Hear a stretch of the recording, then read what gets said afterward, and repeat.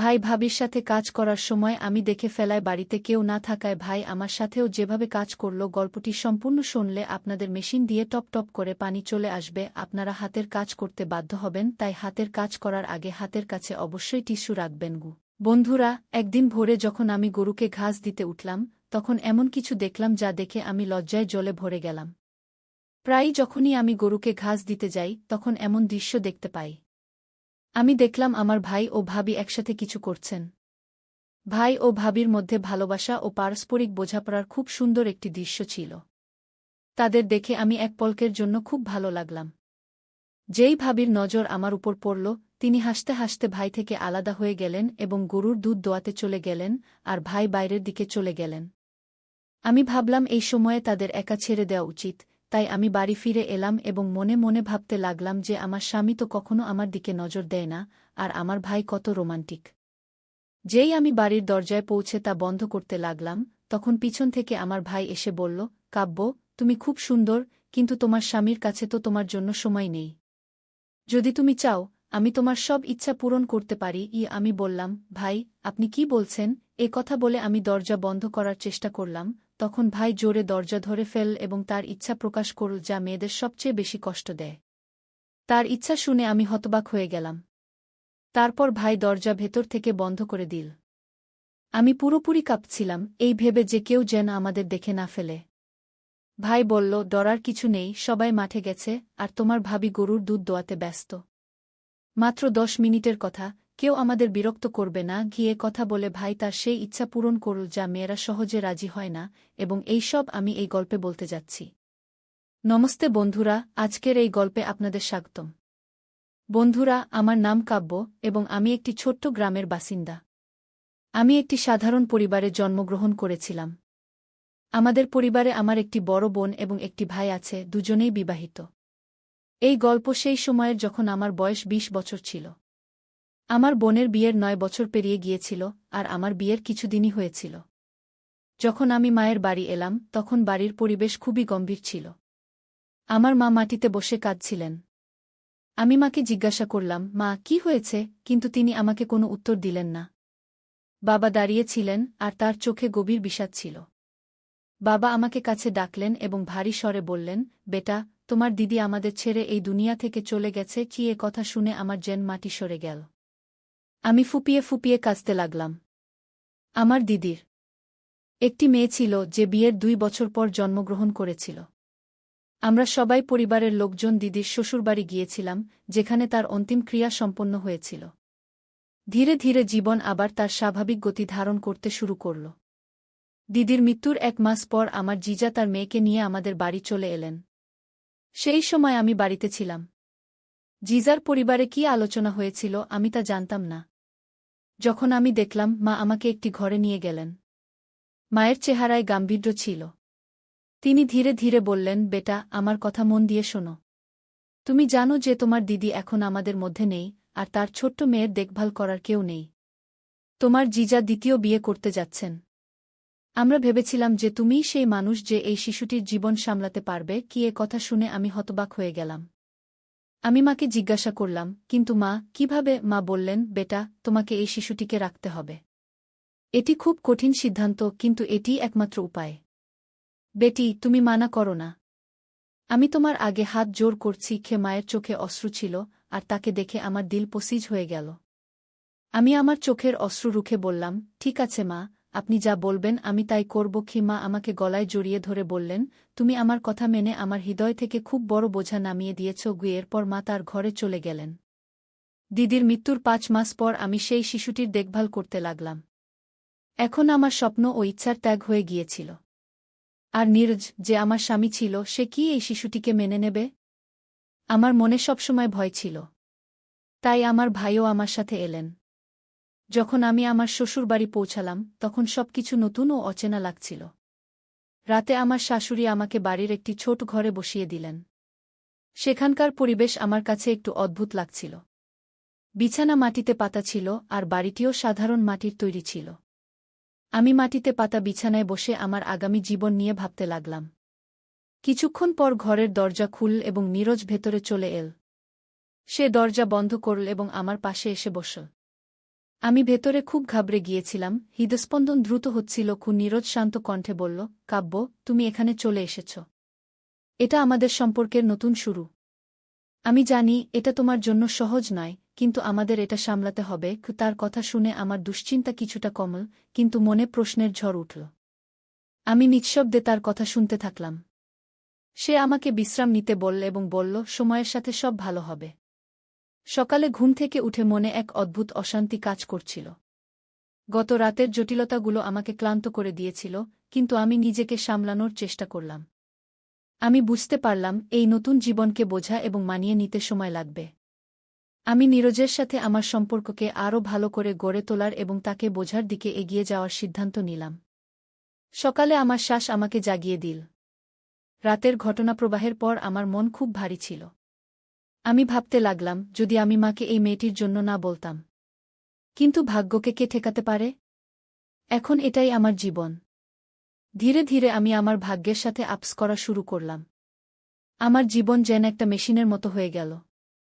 সারাদিন ঘরের কাজে ব্যস্ত থাকতাম আর রাতে আমার সম্পর্কের বোঝা টের পেতাম। ধীরে ধীরে আমি পরিস্থিতি সহ্য করতে শিখলাম। শ্বশুরবাড়ির সব নারীদের সাথে আমার পরিচয় হতে শুরু করল। তারা তাদের স্বামীদের সাথে তাদের অভিজ্ঞতা এবং সুখের গল্প শেয়ার করত। তাদের কথা শুনে আমার মন খারাপ হয়ে যেত, কিন্তু আমি কখনো কাউকে আমার মনের কথা বলিনি। আমি আমার জীবনের দুঃখগুলো নিজের মধ্যে গুটিয়ে রেখেছিলাম এবং নিঃশব্দে সব সহ্য করে গিয়েছিলাম। আমাদের পরিবেশ খুব সাধারণ ছিল। নীরজ না খুব পড়াশোনা করেছিল, না কোনো চাকরি করত। এই কারণে ঘরের আর্থিক অবস্থাও ভালো ছিল না। দিন যেতে থাকল এবং আমি নিজেকে পরিস্থিতির সাথে মানিয়ে নেওয়ার চেষ্টা করছিলাম।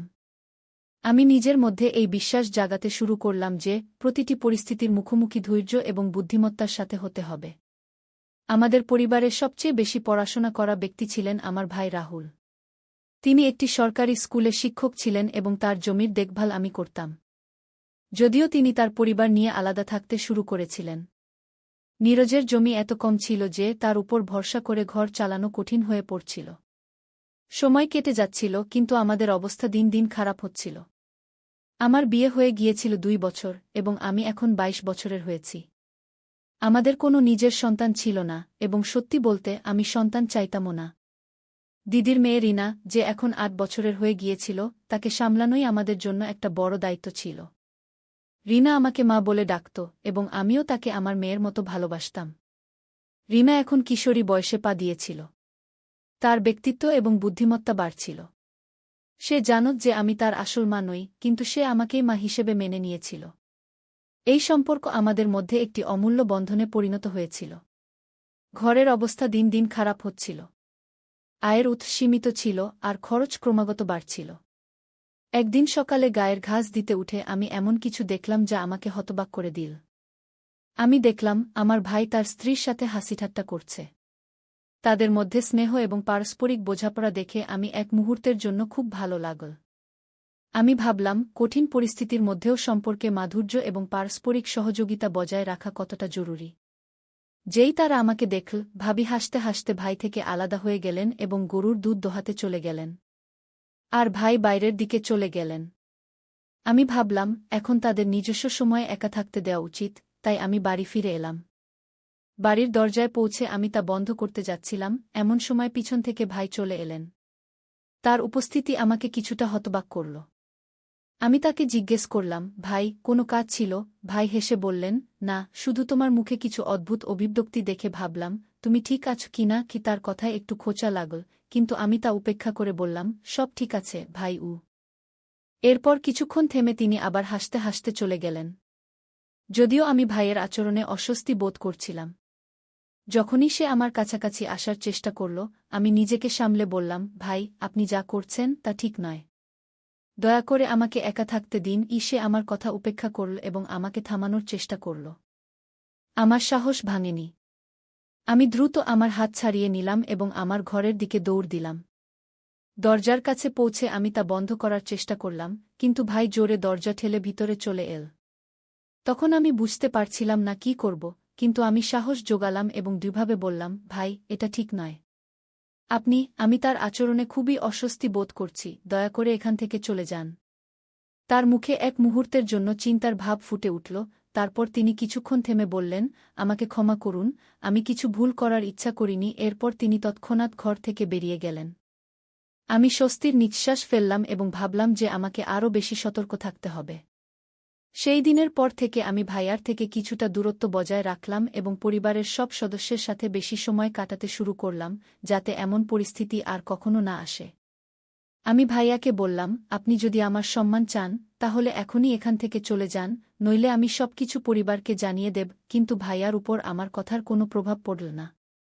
তিনি হেসে বললেন, তুমি যা ইচ্ছা তাই করতে পারো, আমার কিছু যায় আসে না। কিন্তু তুমি জানো কাব্য, তুমি খুবই সুন্দর। প্রথমবার দেখার পর থেকে আমি তোমার দ্বারা খুবই প্রভাবিত। এ কথা শুনে আমি কিছুক্ষণের জন্য চুপ হয়ে গেলাম। আমার মনে নানা চিন্তা ঘুরপাক খাচ্ছিল। আমার স্বামী কখনো আমার প্রশংসা করেনি, না কখনো আমার অনুভূতি বোঝার চেষ্টা করেছে। ভাইয়ার কথা আমাকে কিছুটা অস্বস্তি দিচ্ছিল এবং আমি নিজেকে সামলানোর চেষ্টা করছিলাম। আমি তাকে থামিয়ে বললাম, দয়া করে আমাকে ছেড়ে দিন, আমরা অন্য দিন এইসব করব। আমার কথায় ভাইজা কিছুটা চুপ হয়ে গেলেন, কিন্তু তবুও তিনি থামলেন না।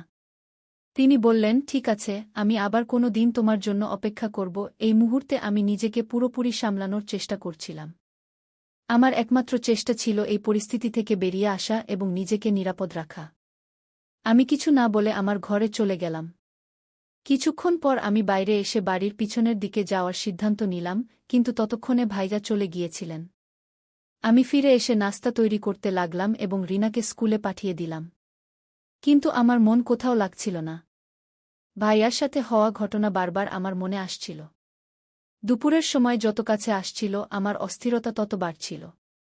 একটার মধ্যে কয়েক মিনিট বাকি ছিল, তখন আমার শাশুড়ি ঘরে এসে বললেন, বউ, আমরা খেতে যাচ্ছি, তুমি দরজা বন্ধ করে দাও। আমি উঠে বাইরে গেলাম এবং শাশুড়ি শ্বশুর খেতে যাওয়ার পর দরজা ভেতর থেকে বন্ধ করে দিলাম। আবার আমি আমার ঘরে চলে গেলাম। বাড়ির আঙিনায় আগে থেকেই একটি দেয়াল ছিল। আমার কোনো ধারণা ছিল না যে যদি আমি সেখানে না যাই তাহলে কি হবে। আমি আমার ঘরে ভয়ে ভয়ে বসেছিলাম এবং নিজেকে তিরস্কার করছিলাম, ভাবছিলাম, হায়, যদি আমি শাশুড়ি শ্বশুরের সাথে খেতে চলে যেতাম। তখনই হঠাৎ সেই ঘটনাটি ঘটল যা আমার ভয় ছিল। ভাইয়া দরজায় এসে জোরে জোরে কড়া নাড়তে লাগলেন এবং বললেন, শীঘ্র দরজা খোল, আমিও খেতে যেতে হবে। বাচ্চারাও বাইরে খেলছে, কেউ খুঁজতে খুঁজতে এদিকে চলে আসতে পারে। আমি গেটের কাছে দাঁড়িয়েছিলাম এবং বুঝতে পারছিলাম না এখন কি করব। তারপর আবার তার কণ্ঠ শোনা গেল, কি করছ? শীঘ্র কর, আমি আর সহ্য করতে পারছি না। তার কথায় আমার ভয় আরও বেড়ে গেল। আমার ভয় হচ্ছিল যে কেউ এসে পড়বে। ভয়ে ভয়ে আমি ঘরের দিকে এগিয়ে গেলাম এবং মেইন ডোরের কাছে গিয়ে দাঁড়ালাম। যখন আমি দরজা খুললাম, ভাইয়া দ্রুত ভেতরে ঢুকলেন এবং চাটাইয়ে গিয়ে শুয়ে পড়লেন। তিনি বললেন, দেখো, শীঘ্র কর, নইলে কেউ এসে পড়বে। তার কথা শুনে আমি খুবই ভয় পেয়ে গেলাম। আমি ঘরে চলে গেলাম এবং দরজা ভেতর থেকে বন্ধ করে দিলাম, দরজা লক করলাম। আর যখনই ফিরলাম, হঠাৎ ভাইজা আমাকে জোরে ধরে ফেললেন এবং চাটাই থেকে উঠে বলতে লাগলেন, দেখো কাব্য, তুমি এ কি করলে? যখনই তোমার কথা ভাবি, এমনই কিছু হয়। এখন শীঘ্র আমার অস্থিরতা শান্ত করো। আমি না চাইলেও আমাকে সব করতে হল।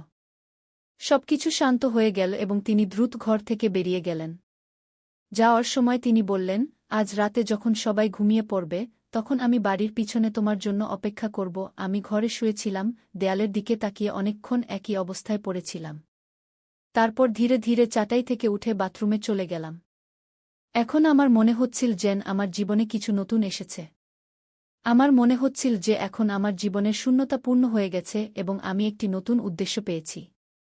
ফিরে এসে আমি রান্নাঘরে গিয়ে দুপুরের খাবার বানানো শুরু করলাম, কারণ রিনাও স্কুল থেকে ফিরে আসতে চলেছে। খাবার তৈরি করে আমি আমার ঘরে এসে চারপাইয়ে শুয়ে পড়লাম। আমার মনে সব ঘটনা আবার ঘুরপাক খেতে লাগল এবং আমি বুঝতে পারলাম যে আমার জীবনে এখন একটি নতুন পরিবর্তন এসেছে। আমার মনে হচ্ছিল যে এখন আমাকে সেই পুরনো চিন্তাগুলো থেকে দূরে থাকা উচিত নয় এবং আমি আবার সেই পুরনো অনুভূতি পেতে চাইছিলাম।